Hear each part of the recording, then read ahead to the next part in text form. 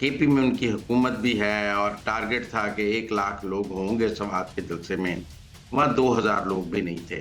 हर जगह पीटीआई के जलसे नाकाम हो रहे हैं और लोग उनमें शिरकत नहीं कर रहे हैं। अलीमा खान उसमें बार-बार ये कह रही थीं कि हमें अडयाला जेल के बाहर धरना देना चाहिए। गंडापुर उनकी एवें बेइज़्ज़ती नहीं कर रहे थे। गंडापुर को पता था अब अलीमा खान की कोई औकात नहीं है। जब जनरल बाजवा की सियासी मौत हो गई तो आप समझिए मोहम्मद जुबैर और असद उमर की भी सियासी मौत हो गई। अस्सलामुअलैकुम नाज़रीन, आप देख रहे हैं प्रोग्राम अंदर की बात मुज़म्मिल सहरवर्दी के साथ। मैं हूँ आपकी मेज़बान इक़रार रियाज़। हमारे साथ मौजूद है आपके पसंदीदा तज़किया निगार मुज़म्मिल सहरवर्दी। अस्सलाम वालेकुम, वेलकम टू द शो। क्या हाल है सर आपका? वालेकुम सलाम। आप सुनाएँ क्या हाल-चाल है? ठीक-ठाक हैं? है सर, आज काफ़ी हैपनिंग वाला डे रहा है। इस मुतालिक आपसे अंदर की बातें जानेंगे। हमारे नाज़रीन बहुत बेताब हैं जानने के लिए कि आखिर आज के दिन में इतनी ज़्यादा हैपनिंग्स क्यों हुई और अंदर की बातें क्या है।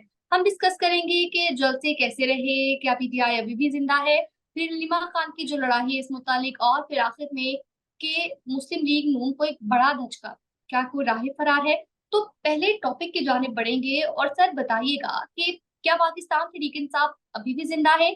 सवात में, हाफिज़ाबाद में जो इनके जलसे हुए हैं, आप उसको कैसे देखते हैं? देखें, सवात का जलसा भी नाकाम हो गया है। जो फुटेजेज़ उसकी आई हैं, उनमें पंडाल खाली था और सवात जो मुराद सईद का घर कहा जाता है, पीटीआई का बड़ा स्ट्रॉन्ग होल्ड कहा जाता है।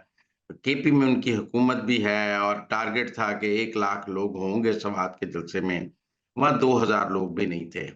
और सवात का जलसा पूरी बुरी तरह नाकाम हुआ है। हमने जो फुटेजेज़ उसकी आई हैं, उनमें पब्लिक बिल्कुल नहीं है, पंडाल खाली है और ये केपी में पहली दफ़ा नहीं हुआ। इससे पहले जो पेशावर में जलसा हुआ था किया था, वो भी नाकाम हुआ था और ये दूसरा जलसा है केपी में जो नाकाम हुआ है।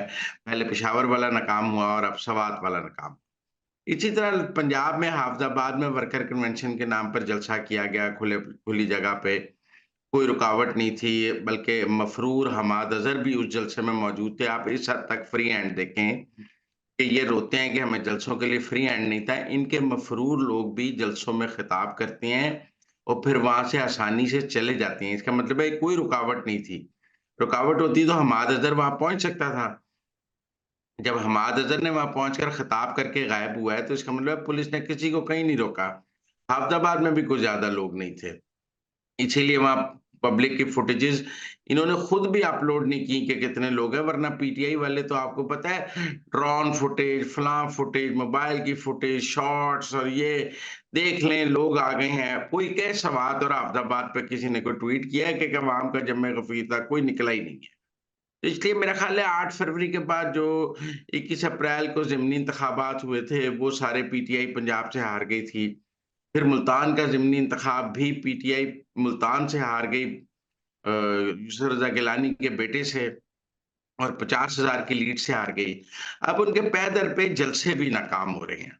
तो इसलिए लोगों का एक जो मूड है, वो इस वक़्त एहतजाजी सियासत का नहीं है। लोग सड़कों पर निकलने के लिए तैयार नहीं हैं और लोग पीटीआई को बार-बार ये पैगाम दे रहे हैं कि ये वक़्त नहीं है सड़कें गरम करने का।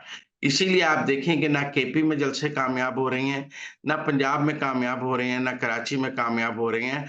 हर जगह पीटीआई के जलसे नाकाम हो रहे हैं और लोग उनमें शिरकत नहीं कर रहे हैं। लिहाज़ा कल के दिन में जो 2 जलसे थे, सवात और हाफ़िज़ाबाद दोनों नाकाम हुए, दोनों जलसियाँ भी ना हो सकीं। जलसियाँ भी हो जाती तो बड़ी बात थी, वर्कर कन्वेंशन भी ना हो सके, पंडाल खाली थे, लोग नहीं आए हैं। इसलिए मैं समझता हूँ कि पीटीआई को अंदाज़ा हो गया है कि उनका पकाना पड़ गया है। ठीक हो गया सर, आगे बढ़ेंगे और दूसरे टॉपिक पर सर आपसे अंदर की बात जानना चाहूँगी कि हलीमा खान और सीएम केपी की लड़ाई अंदर की बात क्या? देखें, ये सोशल मीडिया पे एक स्पेस जो हो रही थी, जो उनकी मीटिंग है, ज़ूम मीटिंग है, स्पेस तो नहीं ज़ूम मीटिंग की फुटेज जो है लीक हुई है। इसमें पीटीआई की सारी क़यादत थी, अलीमा खान भी थी। अलीमा खान उसमें बार-बार ये कह रही थीं कि हमें अडयाला जेल के बाहर धरना देना चाहिए और अगर कोई भी नहीं तैयार होगा तो हम इमरान खान की फैमिली जाकर धरना दे देंगे। आप सबको इमरान खान की कॉल का इंतज़ार नहीं करना चाहिए, बल्कि इमरान खान की रिहाई के लिए दबाव डालने के लिए पटियाला जेल के बाहर धरना देना चाहिए। हलीमा खान ने ये बात 2-3 दफ़ा कही। जवाब में गंडापुर ने कहा कि हम तब तक कोई कॉल नहीं देंगे जब तक इमरान खान हमें इसकी इजाज़त नहीं देगा। इमरान खान की इजाज़त के बगैर कोई कॉल नहीं होगी और हम हलीमा खान आपके कहने पे किसी कॉल के लिए बाहर नहीं निकलेंगे। उसमें गंडापुर ने कहा कि आपको रियासत का मूड नहीं पता है। अब जो निकलेगा ना वो सर पे कफ़न बाँध के निकलेगा, हम घर वापस नहीं आ सकते निकल कर। आप तो बड़ा कह रही हैं निकल जाओ, निकलने के बाद होगा क्या इसका आपको पता है? हमें घर से फिर अल्लाहू अकबर कह के निकलना पड़ेगा, उसके बगैर निकलना मुश्किल है और जब तक मुझे इमरान खान नहीं कहेगा, मैं तब तक कोई कॉल नहीं दूँगा और ना कहीं निकलूँगा। जिस पर हलीमा खान काफ़ी नाराज़ हो गईं क्योंकि हलीमा खान ने पिछले दिनों एक मीडिया टॉक में ये खुद भी कहा था कि हम अगर कोई भी ना हुआ तो इमरान खान की फैमिली अडयाला के बाहर जल्द एहतजाज करने बैठ जाएगी, धरना देने बैठ जाएगी। वो यही बात पीटीआई को कह रहे थे, लेकिन पीटीआई ने हलीमा खान की कॉल पर अडयाला के बाहर धरना देने से इनकार कर दिया है। उन्होंने कहा, "हमें पता है इस धरने के नतीजे में क्या होगा और आप हमें मरवा देंगी, लिहाज़ा आपने अकेले देना है तो दे दें।" जिसके बाद हलीमा ने उस ज़ूम मीटिंग में कहा, "मैं जा रही हूँ।" सबने कहा, "आपने जाना है तो जाएँ, लेकिन आपकी बात नहीं मानी जा सकती।" तो इस वक़्त हलीमा खान की पार्टी पर बल्कि गंडापुर ने ये भी कहा कि आपने बड़े गलत लोगों को इलेक्शन में टिकट दिए हैं। उन लोगों को टिकट दिए हैं जो टिकट की हिफ़ाज़त नहीं कर सके, जो हमारे मैंडेट को हिफ़ाज़त नहीं कर सके। हम हार गए पंजाब में इलेक्शन, आपने गलत लोगों को टिकट दिए हुए थे। बल्कि अब गंडापुर ने हलीमा खान की बेइज़्ज़ती करनी शुरू कर दी। तो ये ज़ूम मीटिंग आम ट्विटर पे लोगों ने ट्वीट की हुई थी। मैं कोई बहुत खुफ़िया अंदर की बात नहीं बता रहा। बहुत लोगों ने ट्वीट की थी और सब सुन रहे थे और मैंने भी सुनी है, तो इससे साफ नज़र आ रहा है कि गंडापुर और हलीमा खान की लड़ाई भी है और गंडापुर इस वक़्त कोई एहतजाजी सियासत करने के लिए तैयार नहीं है। उनकी गुफ्तगू की तरफ ना जाएँ, ये ज़ूम मीटिंग साफ बता रही है कि वो सड़क पे निकलने के लिए तैयार नहीं। तो सर आपको क्या लगता है कि अब अलीमा खान जब बानी पीटीआई से मुलाकात करेंगी तो क्या वो कोई गिले-शिकवे करेंगी? क्या वो शिकायतें लगाएँगी सीएम के पी के इस बात को बस वो जाने देंगी? मेरा ख़्याल है उनकी पार्टी इमरान खान ने भी उन्हें पार्टी से काफ़ी हद तक साइडलाइन कर दिया है। उनकी और बुशरा बीबी की लड़ाई में वो बहुत साइडलाइन हो चुकी हैं। गंडापुर उनकी एवें ही बेइज़्ज़ती नहीं कर रहे थे। गंडापुर को पता था अब हलीमा खान की कोई औकात नहीं है। इमरान खान भी हलीमा खान अगर इमरान खान हलीमा खान को लिफ्ट कराते हों और अगर इमरान खान हलीमा खान की बात सुनते हों, तो ग गंडापुर की जुर्रत थी कि वो हलीमा खान से बेइज़्ज़ती कर सकता है या उनसे इख्तिलाफ़ कर सकता है या उनके मुँह पे ना कर सकता, उनको कह सकता आपने गलत टिकटें दी हैं। मैं समझता हूँ इमरान खान का इशारा मौजूद है कि हलीमा खान की कोई बात नहीं माननी। हलीमा खान ज़िद करके साथ लगी हुई हैं, अब वो इज़्ज़त बचाने के लिए वरना पार्टी से उन्हें मुकम्मल तौर पे आउट कर दिया गया है।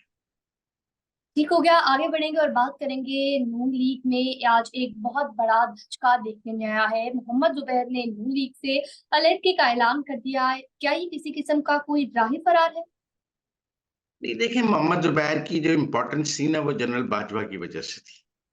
वो उनका पीएमएलएन में जो राइज़ था ना वो जनरल बाजवा की वज़ह से था। असल में असद उमर का भी पीटीआई में जो राइज़ था वो जनरल बाजवा की वज़ह से था। आपको याद है इमरान खान ने तो असद उमर को 3 हफ्तों बाद वज़ारत से हटा दिया था और उनके खिलाफ एक सोशल मीडिया कैंपेन शुरू कर दी थी।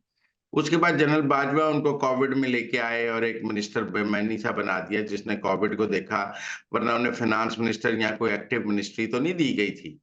इसीलिए वो जनरल बाजवा की कुर्बत की और मोहम्मद ज़ुबैर भी पीएमएलएन में इन जो थे वो जनरल बाजवा की वज़ह से थे क्योंकि जनरल बाजवा उन्हें लिफ्ट कराते थे। आपको याद है, उनकी जनरल बाजवा से मीटिंगों की बड़ी खबरें भी आती थी, इस्लामाबाद क्लब में नाश्ते भी होते थे, पैसे भी होते थे। तो इसलिए वो जब जनरल बाजवा की सियासी मौत हो गई, तो आप समझिए मोहम्मद जुबैर और असद उमर की भी सियासी मौत हो गई। उनका भी जो फ़ौज का लीवरेज था और वो जो एस्टेब्लिशमेंट के घर के बच्चे थे, वो बच्चे यतीम हो गए क्योंकि अब अगले आसिम मुनीर ने ना उनको रखा, ना उनको रखा। तो इसलिए मैं समझता हूँ कि ये सब नाकामी हुई है। मैं समझता हूँ कि मोहम्मद जुबैर के बाद जनरल बाजवा के जाने के बाद और जनरल आसिम मुनीर के आने के बाद पीएमएलएन ने मोहम्मद जुबैर को बिल्कुल डंप कर दिया था। उनकी कोई मुलाकात नहीं थी मरियम नवाज़ के साथ, नवाज़ शरीफ के साथ, वो बिल्कुल पार्टी में आउट हो गए थे, उनकी तर्जुमानी भी खत्म हो गई हुई थी। वो उन्होंने बड़ी कोशिश की है कि उनको वापस इन कर दिया जाए। वो गवर्नर सिंध भी जब बने थे, तो वो जनरल बाजवा की पर्ची पर बने थे। जनरल बाजवा की पर्ची पे उन्हें उन्हें गवर्नर बनाया गया था। जो उनकी इम्पोर्टेंस थी वो भी जनरल बाजवा के साथ एक ब्रिज होने की वजह से थी। जनरल आसिम मुनीर के बाद उनकी कोई ज़रूरत ही नहीं रही पार्टी को और पार्टी उन्हें कोई अपना लॉयल के तौर पे देखती भी नहीं थी। लिहाज़ा जैसे असद उमर पीटीआई से आउट हो गए हैं, वैसे मोहम्मद ज़ुबैर पीएमएलएन से आउट हो गए हैं। दोनों भाई एक जैसे अंजाम का शिकार हुए हैं, इसमें कोई फ़िक्र वाली बात नहीं है। या तो आप कहीं ना कि जी अकेले मोहम्मद ज़ुबैर के साथ ऐसा हुआ है, असद उमर के साथ भी हुआ है। दोनों बाजवा के सिर पे सियासत कर रहे थे, बाजवा गया, दोनों गए। सर, तो मैं आपसे यहाँ पर ये सवाल करना चाहूंगी, क्या मुस्लिम लीग नून पर उनकी अलहदगी से कोई फर्क पड़ेगा? ये एस्टैब्लिशमेंट उनको सपोर्ट करेगी कहीं ना कहीं भागदौड़ चैनल यूज करके? मेरा नहीं ख्याल मौजूदा एस्टैब्लिशमेंट असद उमर या मोहम्मद ज़ुबैर को सपोर्ट कर रही है, और मुझे लगता भी नहीं है। इनके पास क्या ऑप्शन है? शाहिद खकान के अलावा तो कोई ऑप्शन नहीं है। ना पीटीआई इनको रखने को तैयार है, ना पीपल्स पार्टी इन भाइयों को रखने को तैयार है, ना पीएमएलएन इनको रखने के लिए तैयार है। ये सब भी चौधरी निसार हो गए हैं। अब देखिए, पार्टी बनाना कोई आसान काम थोड़ी है। शाहिद खकान साहब को भी अभी तक पार्टी अनाउंस तो नहीं कर पाए हैं। पार्टी चलाना बहुत मुश्किल काम है। इमरान खान से 22 साल पार्टी नहीं चली। लोग कहते हैं जी 92 में वर्ल्ड कप जीता। 22 साल 2007-8 तक इमरान खान के पास एक सीट भी नहीं थी। 22 साल वर्ल्ड कप जीतने के 22 साल तक सियासत में हार कप हारे। वो तो जनरल पाशा आए 2008 के बाद, 10 के बाद, तो उनके जनरल पाशा से लॉटरी निकली। अभी इनमें से किसी के ऊपर भी एस्टैब्लिशमेंट की कोई घड़ी नहीं है। अभी एस्टैब्लिशमेंट नून लीग के साथ खड़ी है और वो नून लीग को डैमेज नहीं कर रही, और कोई नया प्रोजेक्ट भी मार्केट में नहीं है जिसमें ये जाकर अपना सिर खपा सकें। लिहाजा मुझे अभी ये सब सियासी यतीम लग रहे हैं। मुझे लगता है अभी इनके पास कोई सियासी घर नहीं है, जहाँ जाकर ये सियासत कर सकें। ये अभी आराम ही करेंगे सारे। ठीक हो गया। तो नाज़रीन, ये थी आज की अंदर की बातें। आपसे मुलाकात होगी अगले प्रोग्राम में। हमें दीजिए इजाजत। अल्लाह ने कबा।